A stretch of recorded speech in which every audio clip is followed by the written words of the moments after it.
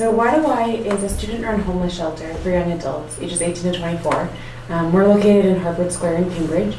And we work with a student population, mostly Harvard students, to provide safety, pathways out of homelessness, and advocacy opportunities to young people who are experiencing homelessness. My co-founder and I, when we were in college, were working at an adult shelter that was entirely run by students called the Harvard Square Homeless Shelter. That's a shelter that's been around for 35 years now and has a long history of providing really safe and welcoming shelter to individuals experiencing homelessness.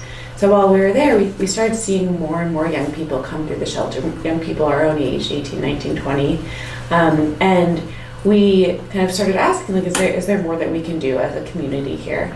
And so we started talking to a lot of different service providers, ultimately kind of developed a really close relationship with Youth on Fire, which is a daytime drop-in center, and kind of with the community and a broader group of stakeholders, started the shelter, or started the many-year process of starting the shelter. We learned when we were doing our research and talking to people that there were only 12 beds in all of Greater Boston for young people experiencing homelessness. And there's not great data, or there wasn't at the time, but hundreds probably of young people who were in need of those beds.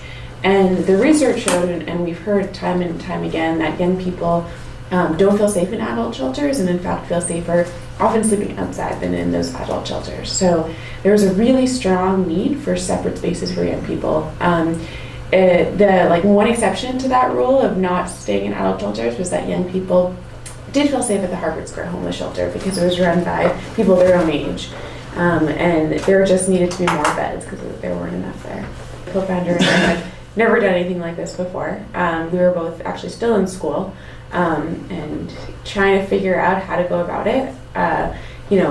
The obvious challenges like finding a space, raising money to build out a space, developing the program, getting people on board.